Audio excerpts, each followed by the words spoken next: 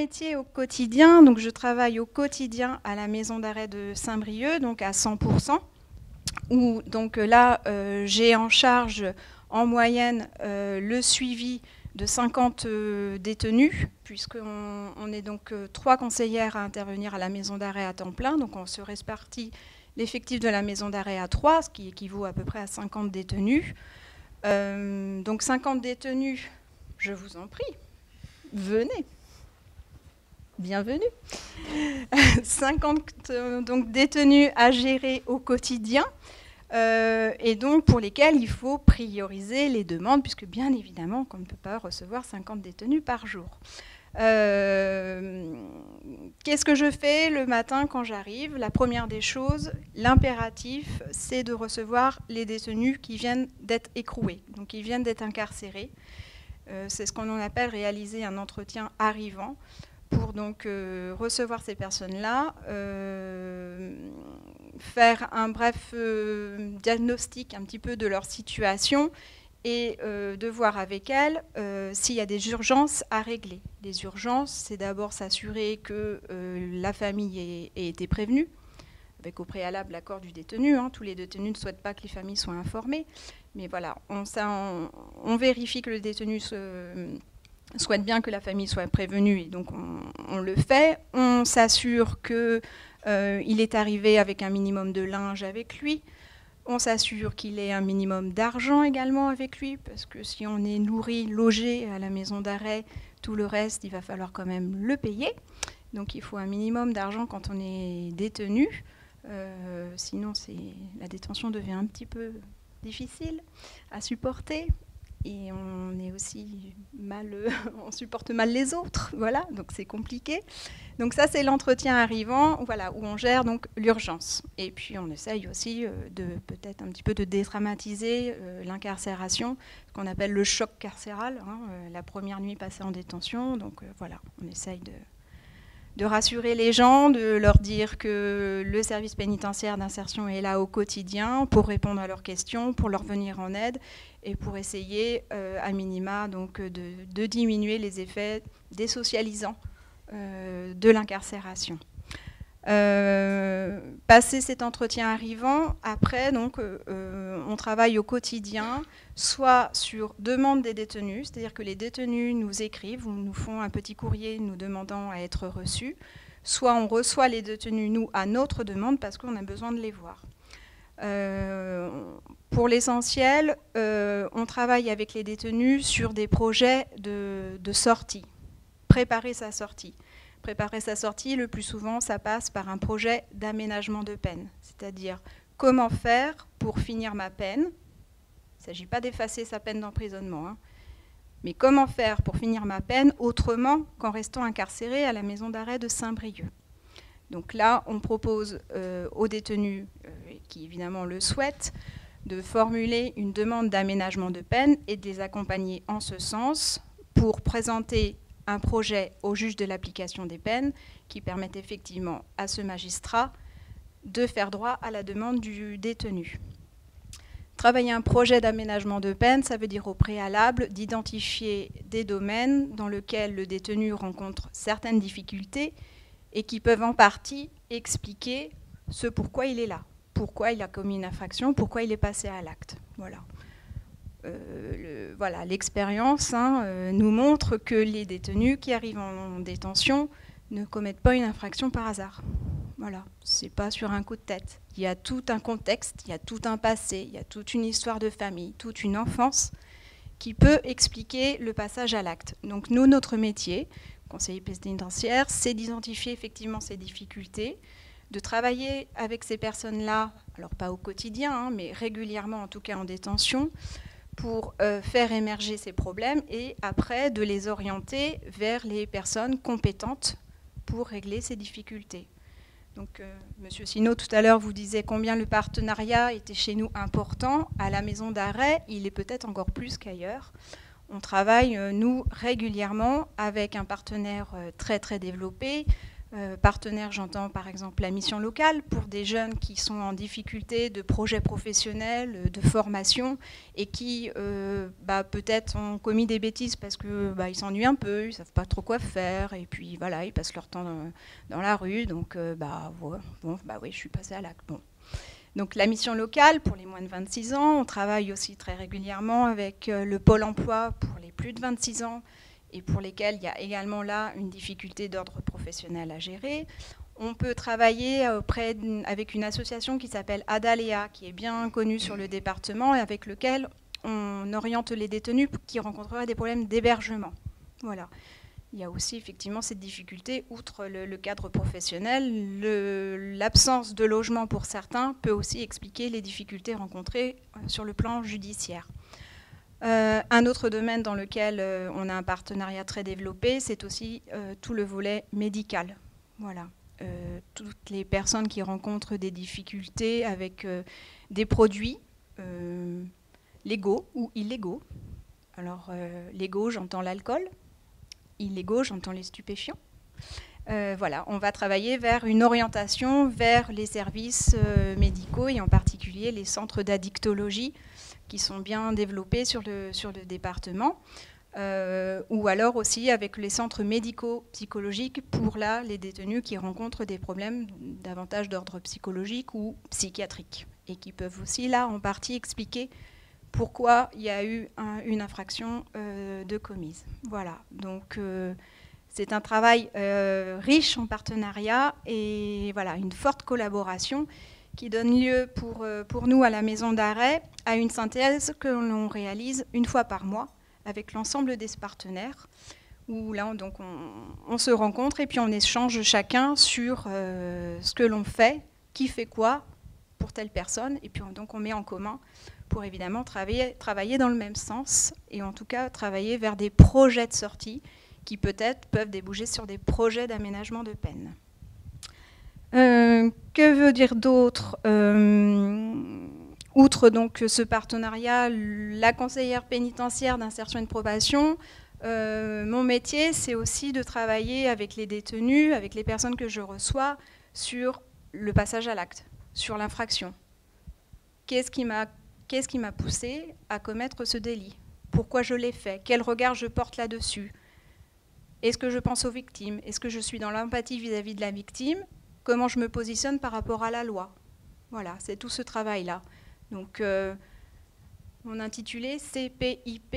Donc, le I, l'insertion, c'est le travail, le partenariat, là, donc, je vous ai développé dans un premier temps. Et puis, l'approbation, ce serait davantage voilà, sur comment on explique le passage à l'acte, comment on explique qu'on en est arrivé là et quel regard on peut porter là-dessus pour éviter la récidive. Voilà. J'avais un petit plan de présentation qui m'a été proposé par la Cité des métiers qui demandait aussi quelles étaient les qualités, les compétences pour exercer mon métier. Donc j'ai envie de vous dire qu'il faut être rigoureux, curieux, rigoureux en ce sens où il faut être continuellement à jour de l'actualité législative, puisqu'on est dans un domaine, le champ pénal, le droit pénal, qui connaît une forte évolution. C'est valable dans d'autres domaines, mais voilà, à chaque fois qu'on change de ministre, eh bien, à chaque fois on change de loi. Il y a toujours une nouvelle loi appliquée. Du coup, ça demande une gymnastique intellectuelle assez importante et donc avoir un esprit rigoureux et assez curieux pour se mettre à la page, parce qu'on n'a pas le droit à l'erreur. Voilà. Les détenus, quand on les reçoit, c'est parole d'évangile, ce qu'on leur dit. On n'a pas le droit de se tromper, c'est pas possible pour eux. Vous êtes la loi, vous représentez la loi, on ne peut pas se tromper. Donc il faut être bien à jour de ça. Donc il faut avoir ça à l'esprit. Je pense que c'est une qualité très importante qui est requise pour exercer la profession. Il faut également avoir des qualités rédactionnelles. Puisque voilà, notre profession, ou en tout cas les relations que l'on peut avoir avec le juge de l'application des peines qui nous mandate pour exercer le suivi des mesures des personnes condamnées, le rencontre, c'est le rencontre écrit. Voilà. Il y a de l'oralité, mais voilà, ce qui reste, c'est l'écrit. Donc il faut absolument être capable de mettre sur papier ce que l'on veut dire oralement et que ce soit le plus clair, le plus concis possible. En tout cas, voilà, c'est une qualité rédactionnelle qui est importante. Il faut faire preuve, bien évidemment, de qualité humaine. Ça, je travaille avec l'humain, je travaille en relation duel du matin jusqu'au soir.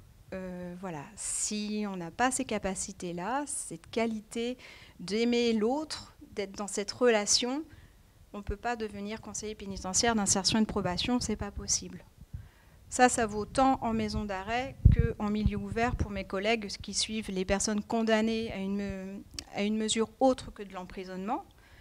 C'est pareil, tous les jours, elles rencontrent des personnes, et on est dans cette relation, on est de l'humain à l'humain, il faut aimer ça. Voilà. Si on ne se sent pas capable d'être en face à face avec quelqu'un, on ne peut pas exercer ce métier, et du coup, peut-être aller vers... rester dans la pénitentiaire, mais du volet administratif. Voilà, là, ça correspondra peut-être davantage à d'autres profils, mais le profil de conseiller pénitentiaire d'insertion et de probation, c'est les qualités humaines. Voilà. Que veut dire d'autre ? Je ne sais pas, je pense que j'ai peut-être à peu près fait le tour. Pour découvrir le métier, j'aurais envie de dire qu'il faut peut-être aller s'inscrire en tant que bénévole dans une association à vocation sociale, où là, on est peut-être à même de découvrir un petit peu le public qui, le plus souvent, est suivi par notre service. Donc, je pense que ça peut être une bonne approche de travailler auprès d'une association, parce que sinon, faire des stages dans nos services à la maison d'arrêt, c'est quand même un petit peu compliqué. Hein, on ne rentre pas comme on veut comme ça à la maison d'arrêt. Faire des stages chez nous, au service pénitentiaire et d'insertion de probation, en milieu ouvert, on a déjà nos propres stagiaires de notre formation que l'on accueille. Donc c'est un peu compliqué. Mais voilà, du coup, on a réfléchi avec les collègues et on s'est dit qu'est-ce qu'on pourrait leur dire pour qu'ils viennent un petit peu découvrir tout ça. Et on s'est dit que par le biais des associations, ça pouvait être bien. Moi, ma propre expérience, comment j'ai découvert le métier, j'ai été génépiste quand j'étais étudiante à la faculté de droit. Génépiste, c'est une association d'étudiants qui viennent en aide aux détenus pour leur apporter en soutien auprès du service scolaire. Donc moi, j'étais bénévole et je venais assister le prof de maths à la maison d'arrêt d'Angers à l'époque. Et donc voilà, j'apportais mon soutien aux détenus en cours de mathématiques. Et c'est la façon dont j'ai découvert le métier. Voilà. Donc je ne sais pas si certains d'entre vous sont à la fac ou pas, sont étudiants. Mais voilà, ça peut être une approche. Voilà, donc venez nombreux, on recrute. Vous avez, à ce niveau-là, vous avez eu la loi du 15 août 2014, lancée par la garde des Sceaux, avec un plan ensuite de soutien au niveau des SPIP. Donc a été annoncé 2000 recrutements, tout corps de métier bien sûr, par la garde des Sceaux sur plusieurs années. Donc effectivement, les concours sont de grosses, comment dirais-je, de grosses promotions. Voilà, chercher le terme, merci, pour les années à venir. En tous les cas, en termes pour les CPIP, pour les surveillants aussi, puisque comme le disait Monsieur Lemay, il y a beaucoup de besoins. Un concours une fois par an. Donc là, la dernière promotion, un recrutement de 300 élèves. Donc c'est quand même beaucoup. Moi, j'ai passé le concours en 2004, un recrutement de 200. Donc c'était aussi assez conséquent.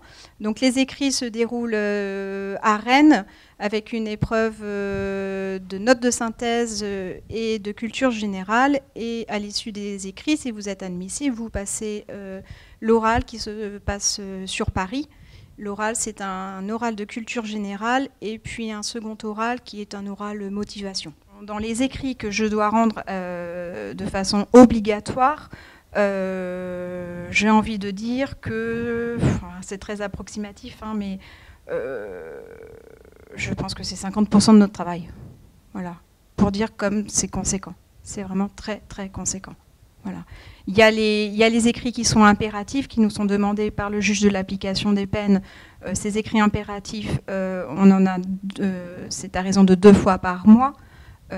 Pour les demandes d'aménagement de peine et puis sur la partie demande de permission de sortir que font les détenus, ou octroi de jours en moins sur leur détention. Donc ça, c'est 2 fois par mois déjà. Mais en dehors de ça, il y a tous les écrits que l'on fait aussi au parquet, au ministère public, voilà, pour l'informer des situations que l'on juge préoccupantes. C'est aussi des écrits que l'on fait auprès de nos partenaires. Voilà, si je demande à un partenaire de recevoir un détenu parce que j'estime qu'il y a une difficulté d'ordre professionnel, une difficulté sur la thématique logement, une difficulté sur le soin, là aussi, j'écris. Voilà. Donc, voilà. En droit, on dit que la parole est serve et l'écrit reste. Non, la parole est libre, la plume est serve. Voilà. Donc, il faut écrire tout le temps. Voilà. Vous travaillez du lundi au vendredi, ou est-ce que ça vous arrive de travailler le week-end? Et puis, quels sont les horaires de travail un peu? Un peu sur l'organisation personnelle. Alors, service public, hein, donc nous sommes dévoués, corps et âme, à l'administration pénitentiaire. Nos horaires de travail, donc moi je travaille à 80%, donc du lundi au vendredi avec un temps d'absence sur la journée du mercredi. Sur les journées où je travaille, donc 4 jours semaine, je rentre à la maison d'arrêt, il est à peu près 8h30. Et j'en ressors, il est à peu près 18h, 18h30, avec une pause déjeuner d'1 heure. Voilà. Donc c'est un gros créneau horaire. En dehors de ces créneaux horaires, il y a aussi des astreintes de week-end, où là, on est appelé à intervenir à la demande du ministère public, donc du procureur, pour aller rencontrer des personnes qui sont placées en garde à vue, et pour lesquelles il est envisagé une incarcération avant de comparaître devant le tribunal correctionnel. Donc les permanences de week-end, on les partage entre l'ensemble de mes collègues du département, hein, tant ceux de Saint-Brieuc que ceux de Guingamp, donc sur 18, ce qui représente à peu près une permanence de week-end 1 fois par trimestre. Voilà, sur l'amplitude et les horaires de travail. Mais oui, faut être très, très disponible, très impliqué. Après, d'autres le sont moins parce que, voilà, pour des tas de raisons. Mais en tout cas, nous, à la maison d'arrêt, voilà, entre collègues, on fait toutes les mêmes horaires, mais parce que aussi, voilà, on aime notre métier, on s'investit. Et puis, voilà. Donc, au SPIP, en milieu ouvert, les choses sont bien différentes puisqu'on convoque les personnes qui sont condamnées pour vérifier qu'ils respectent bien le cadre de leurs mesures. Donc, c'est nous qui sommes en demande de voir les personnes condamnées pour qui on est en charge sur mandat judiciaire. Depuis que j'ai eu ma mutation donc, à Saint-Brieuc, je travaille uniquement à la maison d'arrêt. Et donc là, mon métier est bien différent puisque la plupart du temps, ce sont les détenus qui demandent à me voir. Ce sont les détenus qui sont en demande. C'est davantage eux qui souhaitent voir leur conseillère pénitentiaire plutôt que moi qui ai besoin de les voir. Voilà. Donc mon métier en ça a largement évolué et j'ai presque envie de dire que j'ai changé de métier. C'est un nouveau métier pour moi que de travailler à la maison d'arrêt, même si je fais partie toujours du même service. Du SPIP des Côtes-d'Armor, c'est quand même différent. Après, il a évolué parce que la législation a évolué aussi et qu'on est de plus en plus demandé à rédiger des rapports, à faire des demandes d'aménagement de peine. Voilà, en ça, ça a énormément changé. Ça, je dirais qu'il ne faut pas oublier la base en fait, de notre travail, c'est qu'on travaille autour de la personne détenue. Hein. Donc, il faut qu'on travaille dans le même sens pour l'intérêt de ces personnes qui ont été incarcérées par l'autorité judiciaire. Donc, voilà, après, on ne fait pas le même travail au SPIP à la maison d'arrêt, c'est clair, c'est évident. Mais moi, je ne peux rien faire sans le SPIP et le SPIP ne peut rien faire sans nous. Voilà, non, ça, c'est un vrai travail de collaboration qu'il faut faire en bonne intelligence, avec des gens de bonne volonté, ça marche, quoi.